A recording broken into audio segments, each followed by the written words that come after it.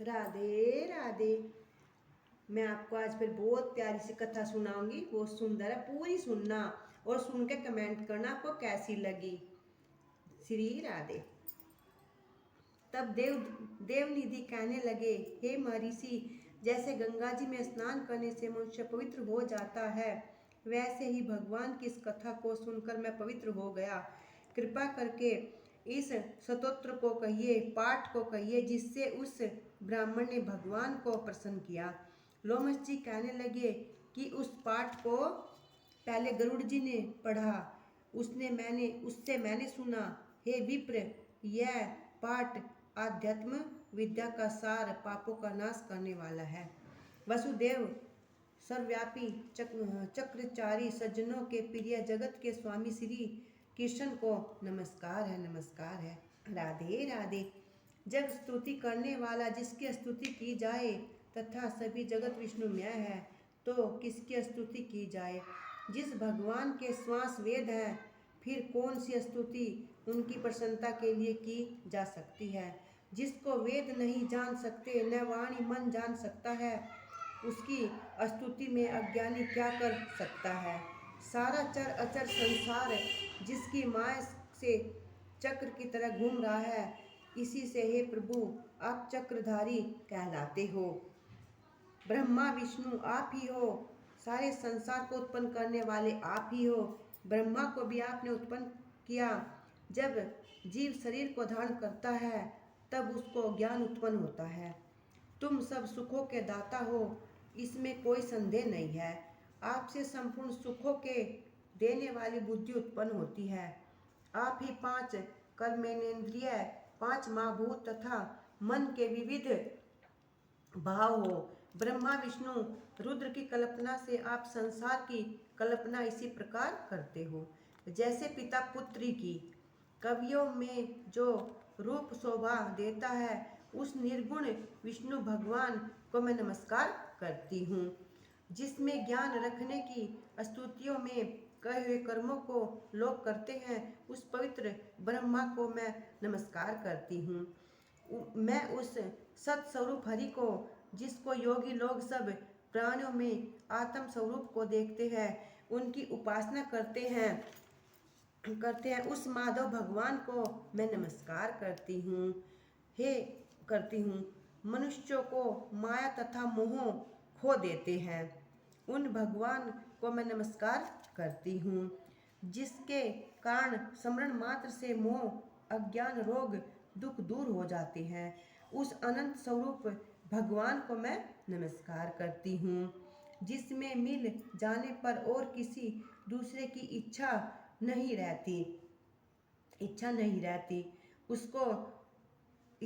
रहती, उस भगवान में मेरी निर्विघ्न भक्ति हो, जो बीज नहीं है, जो भी बिना बीज के समय विद्वान है, सो वह विष्णु भगवान ज्ञान रूपी रंग से हमारे बीज के टुकड़े टुकड़े को, जो सृष्टि स्थिति तथा प्रलय के लिए ब्रह्मा विष्णु में इस 3 रूप धारण करते हैं, और कार्य में सत रज और तुम इन 3 गुणों में विद्वान है, वह भगवान मुझ पर प्रसन्न हो।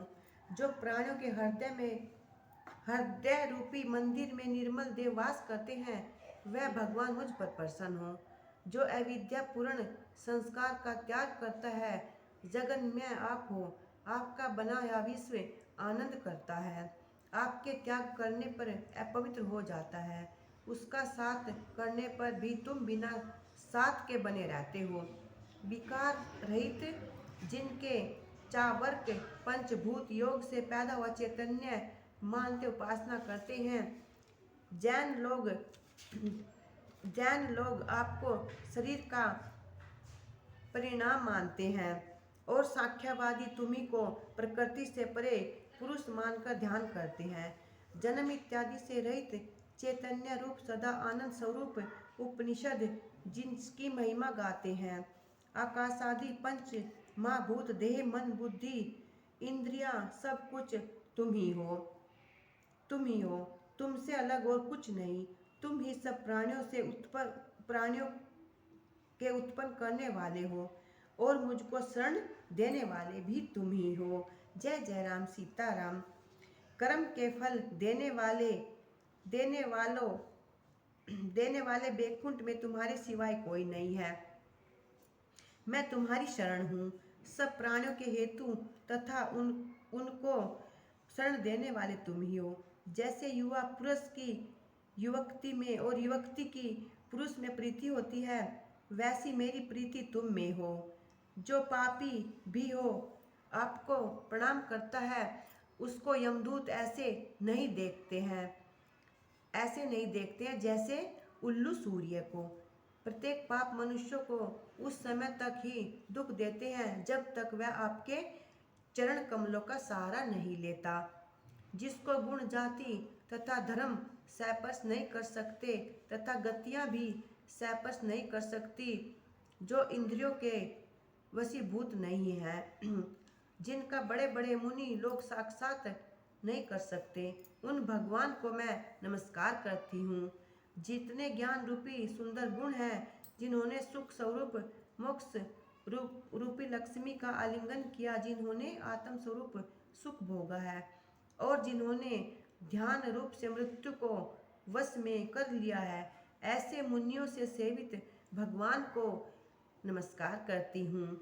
जो जन्मादि से अलग है, जिनको काम क्रोध आदि दोष दुख नहीं देते, उन वसुदेव भगवान को मैं नमस्कार करती हूँ। जिनके ज्ञान की गति से अविद्या रूपी मूल शुद्ध हो जाता है, जिनके ज्ञान रूपी वस्त्र से संसार रूपी शत्रु का नाश हो जाता है, उन दुखों के नाश करने वाले को मैं नमस्कार करती हूँ। जिस प्रकार भगवान सब स्थावर जंगम संसार को उत्पन्न करते हैं, इसी सत्य से भगवान मुझको दर्शन दे। इस प्रकार उसकी सच्ची भक्ति देखकर भगवान ने प्रसन्न होकर उस ब्राह्मण को दर्शन दिए और उस ब्राह्मण की स्तुति से प्रसन्न होकर तथा उसको वरदान देकर भगवान अंतर्धान हो गए और वह ब्राह्मण कृतकृत्य होकर भगवान में लीन हो गया और शिष्यों के साथ स्तोत्र पढ़ता तो पवन में रहने लगा। जो कोई इस पाठ को पढ़ता है अथवा सुनता है, उसकी बुद्धि पाप में नहीं लगती और वह न ही बुरा फल देखता है। इसके कीर्तन से मनुष्यों की बुद्धि, मन तथा इंद्रियां स्वस्थ रहती हैं। जो भक्ति पूर्वक इसके अर्थ को विचार कर इसका जप करता है, इस पाठ को पढ़ता है, वह वैष्णव पद को प्राप्त होता है। इसके सदैव सुनने से मनोवांछित कार्य सिद्ध हो जाते हैं। मनुष्य सुपुत्र पाता है तथा धन, पराक्रम और चिरायु प्राप्त करता है। इसके पाठ से बुद्धि, धन, यश, कीर्ति, ज्ञान तथा धर्म बढ़ते हैं। दुष्ट ग्रहों की शांति होती है। यह व्याधियों व अनिष्टों को दूर करता है, दुर्गति से तारता है। इसके पाठ से सिंह, व्याघ्र, चोर, भूत, देव, पिशाच और राक्षस का भय नहीं रहता। जो भगवान का पूजन करके इस स्तोत्र को सुनते हैं, वह पापों से ऐसे ही अलग रहता है जैसे जल पंख से कमल। जो गति गंगा आदि के स्नान से मिलती है, वो इस स्तोत्र के सुनने से 3 काल, 2 काल या 3 काल पढ़ता या सुनता है, वह अक्षय फल प्राप्त करता है। जो मनुष्य प्रातःकाल इस पाठ को सुनता है, वह इस लोक और परलोक में अक्षय सुख पाता है। देवदूती का बनाया हुआ यह पाठ भगवान को अत्यंत प्रिय है। जो भगवान के दर्शन कराने वाला है।